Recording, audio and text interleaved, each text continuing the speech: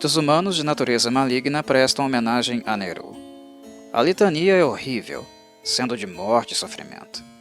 Um hino comum, entoado pelos adoradores degenerados, nos apresenta os seguintes versos: mortos abandonados fiquem em seus túmulos. Mortos abandonados fiquem em suas criptas. Neru irá amarrá-los com sangue. Nos primeiros dias da criação, quando os deuses ainda caminhavam pela terra ao lado dos mortais e a Guerra da Alvorada estava apenas começando, Neru, um mago humano inteligente e implacável, tornou-se um dos primeiros não-elfos a aprender magia arcana com Corellon. Seu novo poder logo o atraiu para a guerra contra os primordiais. Depois de uma batalha particularmente horrível, Neru olhou para os campos cheios de cadáveres e amaldiçoou aqueles que se permitiram passar para a morte, evitando o dever de preservar a criação contra a aniquilação. Voltando ao seu estudo, ele passou meses meditando sobre questões de mortalidade e a ameaça dos elementais. Durante esta retirada, o mago começou seus estudos sobre os mortos e seus usos. Ele descobriu que a morte não precisa ser o fim da utilidade de um corpo, e a energia mágica poderia conferir uma aparência de vida a um cadáver sem vida. Ele determinou ainda que tal magia poderia vincular a alma ao seu serviço, seja com ou sem corpo. Enraizadas no desejo de Neru de que os caídos se juntassem novamente à guerra contra os primordiais, essas descobertas se tornaram a base para a escola de magia da necromancia. Muito feliz com sua descoberta, Neru procurou Auron, deus dos mortos. O mago apresentou orgulhosamente suas descobertas, que ele acreditava que poderiam constituir um ponto de virada na Guerra da Alvorada. Auron rejeitou suas conclusões, alegando que a morte era uma parte do ciclo natural, que não deveria ser violada. Mal sabia Auron o quanto esta rejeição lhe custaria. Furioso com o fato de um deus jogar fora tal ferramenta, Neru abordou outras divindades com suas novas descobertas. Cada um cedeu ao julgamento de Auron, e a cada rejeição, a raiva de Neru aumentava. Ele reuniu seus exércitos, e, logo após mais uma batalha contra os primordiais, Neru atacou o deus dos mortos. Já ferido, Auron sucumbiu ao ataque surpresa de Neru. Aproveitando o poder de fuga de Auron, Neru reivindicou os portfólios da morte e dos mortos. As outras divindades ficaram chocadas. Nunca antes um mortal havia matado um deus, e muitos ainda não entendiam as artes necromânticas que Neru dominava. Antes que o panteão pudesse chegar a um acordo sobre o que fazer com esse novo deus da morte, Neru ofereceu os outros portfólios de Auron para serem divididos entre as outras divindades, garantindo assim um lugar entre elas. Neru viu a aquiescência dos deuses à sua apreensão da divindade como um sinal de fraqueza, provocada pelo medo do poder que ele exercia. Enquanto os deuses lutavam contra os primordiais pelo controle do mundo, o desejo de poder de Neru tornou-se insaciável. O novo deus dos mortos acreditava que poderia se tornar rei sobre todos os deuses. Ansioso por aumentar as fileiras das almas ligadas ao seu reino, conhecido como Pluton, ou Plutão, Neru flagelou as criaturas mortais do mundo com epidemias e pragas. Foi nessa época que ele passou a ser chamado de ceifador e odiador da vida. Os outros deuses eram ambivalentes quanto à propensão de Neru para o assassinato. As mortes que ele causou não diminuíram as forças disponíveis para lutar na Guerra da Alvorada. Na verdade, seus soldados mortos-vivos eram mais durões do que haviam sido em vida, e alguns eram quase imortais. Apesar disso, Pelor e Moradin chamaram o novo deus de o inimigo de todo o bem, e se encontravam regularmente para debater o que fazer com ele, e Corellon chorava abertamente pelo que Neru havia feito com o dom da magia. Neru ficou cada vez mais ousado, confiante no poder ilimitado que via em seu futuro e na covardia das outras divindades.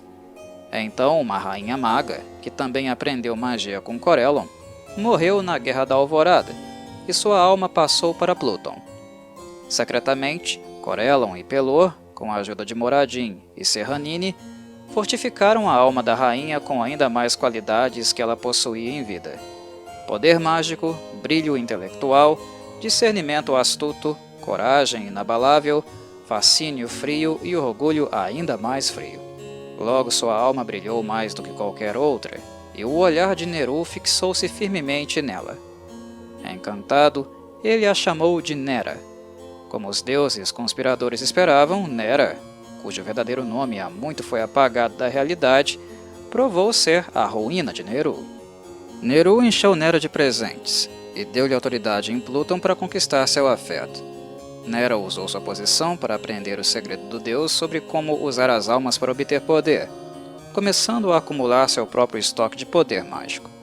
Logo Nera se voltou contra Neru, libertando as almas aprisionadas de Plutão e voltando sua energia contra seu mestre. Neru caiu, e a Rainha Corvo nasceu.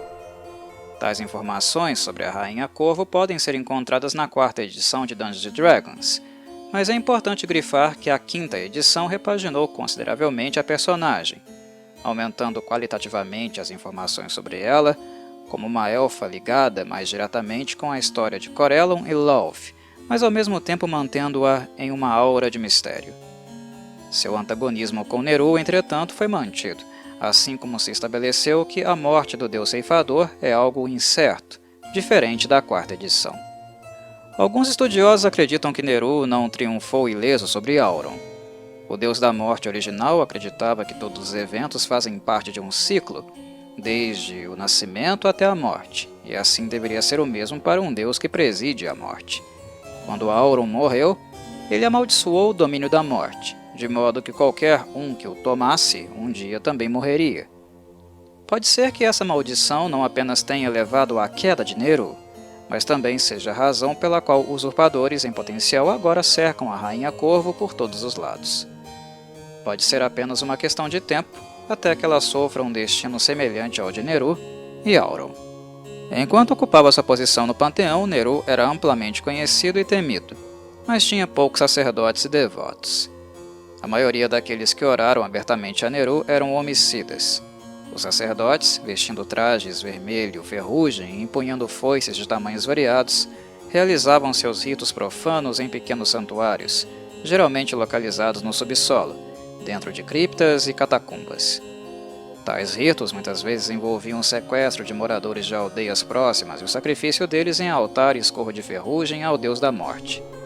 As comunidades raramente toleravam a presença dos clérigos de Neru, e esta discriminação era bem merecida, uma vez que muitas vezes traziam consigo pestilência, veneno e outras formas de morte para conduzir os vivos ao reino cinzento de Neru.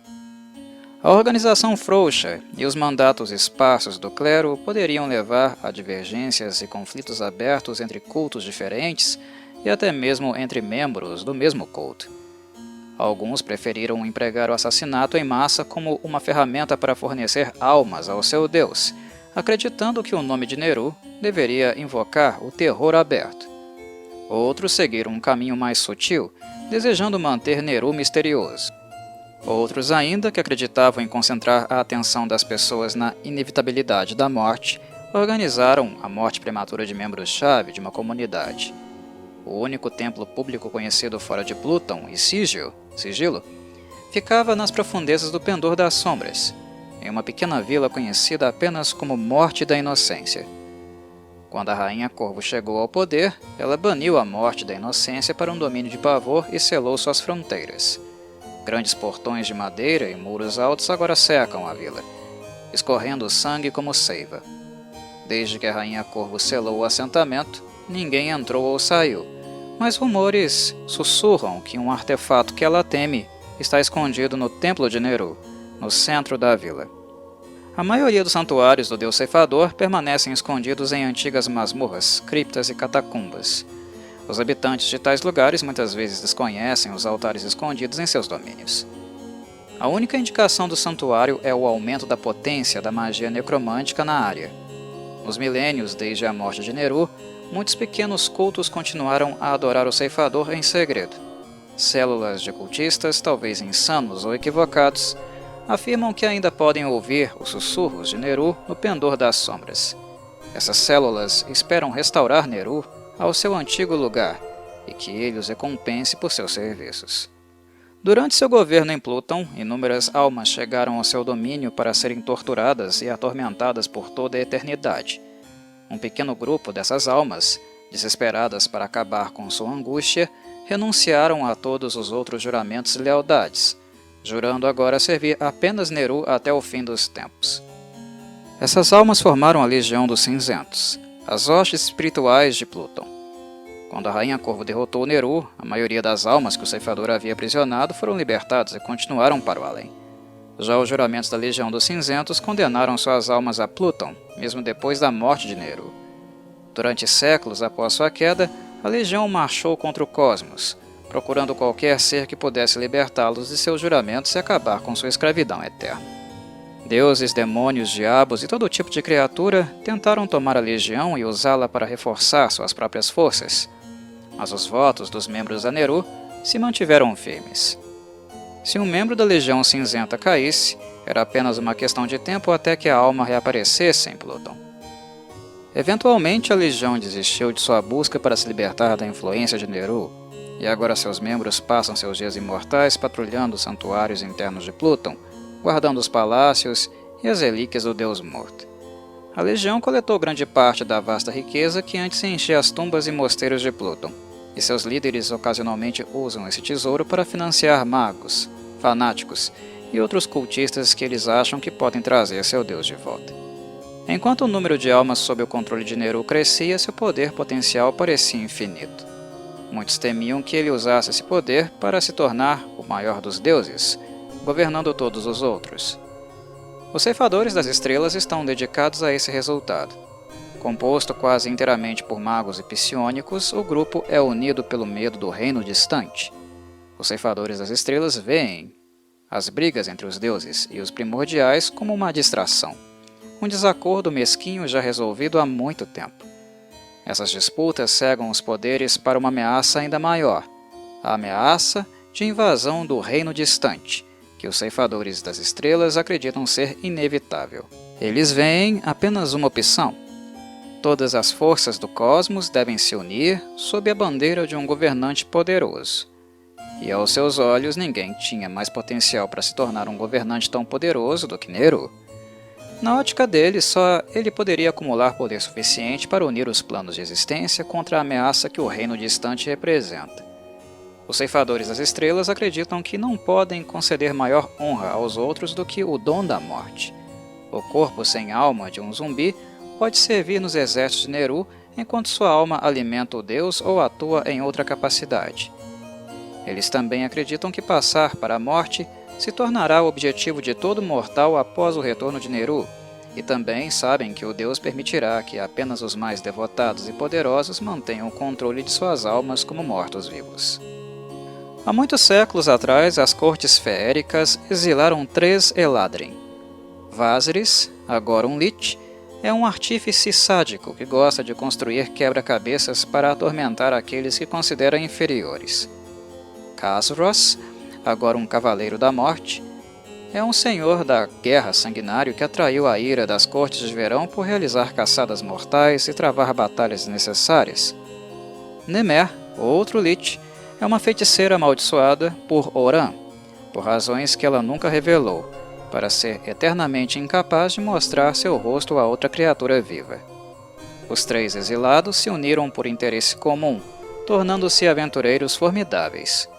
Em suas viagens, eles tropeçaram em um cofre secreto de Vecna, onde afirmaram ter descoberto os restos do tratado original de Neru sobre necromancia, encadernados na pele do deus morto Auron. Vazris, Khazros e Nemer aprenderam sobre o ceifador pela primeira vez nas páginas contaminadas deste livro. O eco da centelha divina de Neru tomou conta de suas mentes, prometendo a cada um a vida eterna como exarca, bem como a vingança contra aqueles que os exilaram. Sem saber que promessa havia sido feita aos outros 2, cada um dos 3 jurou que nem mesmo a morte poderia impedi-los de restaurar o Deus caído ao seu devido lugar. Os exilados mantiveram seu voto, continuando suas pesquisas como poderosos mortos-vivos neste triunvirato, que acabou viajando para Plutão com o tratado. Aqueles que conhecem a tríade suspeitam que possam ter encontrado os meios para ressuscitar Neru. ou para aqueles que acreditam que ele não morreu de fato, restaurá-lo para sua forma de poder anterior. Mas é possível que todo o caso envolva no fundo apenas uma manobra de Vecna, o que também precisa ser levado em consideração. Em termos históricos, Neru não foi o único deus que morreu. Asmodeus ascendeu à divindade, assassinando o deus conhecido apenas como aquele que era, uma divindade da paz e criador dos humanos. Da mesma forma, Orcus matou Amoth, o deus da misericórdia. Seu triunvirato, Demilich, realmente encontrou uma maneira de ressuscitar um deus morto, inúmeras criaturas procurarão adquirir esta informação. Um deus reviver não é impossível, afinal, dentro da mitologia de Dungeons & Dragons, sabemos bem que a deusa da magia Mystra morreu mais de uma vez e sempre conseguiu um meio de retornar. Comparado à maioria dos deuses supostamente mortos, Neru ainda tem seguidores consideráveis, embora seus adoradores sejam difíceis de localizar. A adoração normalmente envolve levar uma vida dupla, já que a adulação pública a Neru provavelmente resultará em execução ou exílio, imerecidos, sempre bom ressaltar, dado o grau de repugnância dos envolvidos e das atrocidades que cometem. A hostilidade não vem apenas do público em geral, mas também dos seguidores de outros deuses. Os devotos da Rainha Corvo destroem qualquer vestígio de adoração a Neru que possam encontrar, assim como tudo relacionado a Vecna, que se tornou um sério inimigo dela a partir da 5ª edição de Dungeons & Dragons. Dito isso, também é bom lembrar que os agentes de Vecna são extremamente interessados em capturar os seguidores de Neru vivos, na esperança de extrair seu conhecimento. Da mesma forma, os seguidores dos deuses bons ou sem alinhamento, particularmente Pelor e Corellon, não arriscam permitir que o deus morto recupere uma posição segura no mundo. Somente Zehir tolera os adoradores de Neru, descobrindo que aqueles que o reverenciam têm uma disposição correta para serem incluídos nas fileiras de seus assassinos. Mas apesar de toda a oposição, algumas criaturas são más a ponto de ainda optar por adorar o ceifador. Tais adoradores, normalmente necromantes ou mortos-vivos, são introduzidos nos cultos de Neru através de rituais sangrentos sob a luz da lua cheia. Mas nem todos os seguidores são cultistas enlouquecidos que vivem em criptas abandonadas, e esta adoração velada é a que de fato causa maior temor.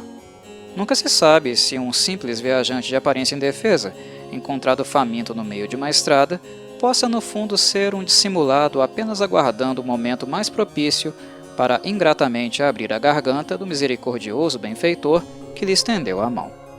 O Templo do Crânio. Os seguidores de Neru dizem que todas as coisas têm um propósito, mesmo que não seja imediatamente óbvio, que através do conhecimento e da compreensão dominamos o mundo que nos rodeia. Sem esse entendimento, os esforços ficam desfocados e o tempo é desperdiçado.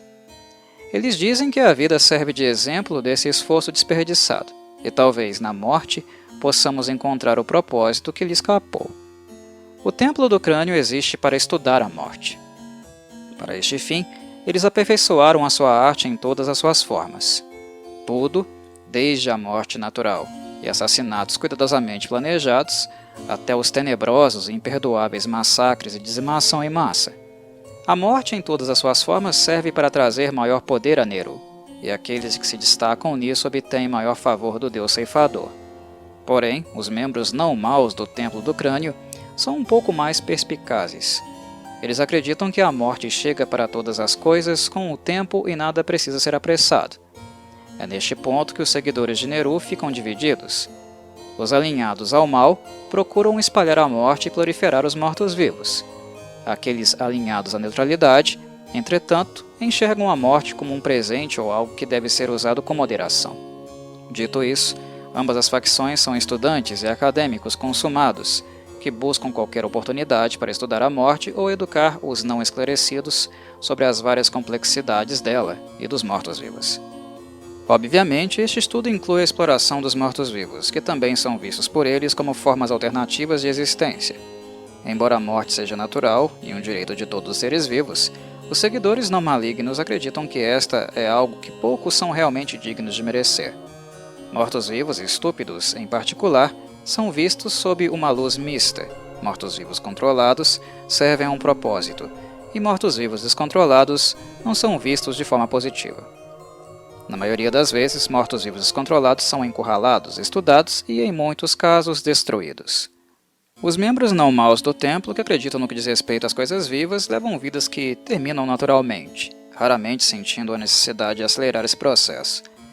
Eles acham que os mortos-vivos estúpidos, entretanto, são aleatórios e perturbadores demais, podendo procurar infestações deles para aprender e então eventualmente eliminá-los. Eles mantêm seus verdadeiros motivos em segredo e permitem que outros vejam suas ações sob a luz que desejarem. Tudo isso não faz diferença para o Templo do Crânio, desde que eles possam operar sem serem molestados. O templo tem uma visão de longo prazo e tenta prever como ações específicas alcançarão o efeito máximo. A morte é inevitável, por isso é sempre melhor esperar o lugar e a hora corretos. Não é incomum que membros deste culto, sombrio é claro, esperem anos, em alguns casos décadas ou mesmo séculos, para ver o culminar de uma planície cuidadosamente construída. Os poucos indivíduos que conhecem este grupo atribuem sua paciência ao fato de que muitos seguidores de Neru são mortos-vivos, mas mesmo os membros vivos tendem a ter a paciência implacável de seus irmãos não-vivos. Embora guerreiros e assassinos às vezes consigam chegar às fileiras, os conjuradores, tanto arcanos quanto divinos, se juntam ao Templo do Crânio com muito mais frequência. Membros mais proeminentes são frequentemente necromantes e a maioria costuma se autodenominar estudantes da morte, levando vidas inócuas, escondidos à vista de todos enquanto aguardam a chegada da oportunidade ou das circunstâncias corretas. Menos comuns são aqueles que procuram erradicar ou controlar as diversas pragas de mortos-vivos irracionais. Os seguidores de Neru tendem a ser autossuficientes e extremamente desconfiados dos outros, até mesmo de seus próprios colegas. Muitos consideram os seguidores mortos-vivos sujeitos à sua vontade os únicos aliados em que podem confiar. Na verdade, não se trata de confiança e claramente escravidão. A maioria dos seres inteligentes temem Neru, e seus seguidores, com razão, evitam ativamente a presença de um seguidor se estiverem cientes de sua verdadeira afiliação. A maioria dos membros do Templo do Crânio se contenta em deixar as massas permanecerem ignorantes sobre sua afiliação, especialmente se isso lhes dá a oportunidade de aprender ou ensinar sobre a morte. Em terras onde religiões têm menos influência, os nerulitas não malignos geralmente participam de rituais que envolvem o cuidado e o tratamento dos falecidos. Apenas os indivíduos de classificação inferior e média ainda poderão ser contados entre os vivos. Seguidores vivos muitas vezes servem como espiões que se infiltram em diversas organizações e transmitem informações aos seus mestres, tanto vivos quanto não vivos. Indivíduos de alto escalão geralmente se cercam de várias formas de lacaios mortos-vivos, que geralmente são mais resilientes, confiáveis e, o mais importante, facilmente replicáveis. Embora nem todos os membros desta organização sejam maus, a maioria é pelo menos parcialmente neutra. A vida passa, só a morte é eterna, e a morte é o primeiro passo para o verdadeiro poder, são os juramentos mais comuns, juntamente com todas as coisas terminam no tempo. Dentro do cenário de D&D, um autor anônimo produziu um livro em homenagem ao deus ceifador chamado A Dança de Neru, que pode ser encontrado em duas versões, módica ou luxuosa. A mais rica em detalhes pode ser adquirida por aproximadamente 80 peças de ouro. O livro possui capa de couro preto liso e contém 43 páginas de 8 linhas e 40 estilogravuras. Cópias são bastante comuns e tão populares entre os plebeus quanto odiadas pelos líderes cívicos, geralmente consistindo em 40 ilustrações mostrando Neru, o deus da morte esquelético e empunhando uma foice, arrastando homens e mulheres de várias profissões nobres para a morte. Sempre há algum diálogo impresso dos mortais reclamando que sua hora chegou cedo demais, com alguma resposta contundente de Neru. Uma cópia da versão luxuosa e rara, da dança, contém figuras que não são apenas lindamente pintadas, mas aparentemente apresentam semelhanças impressionantes com personalidades importantes do século V.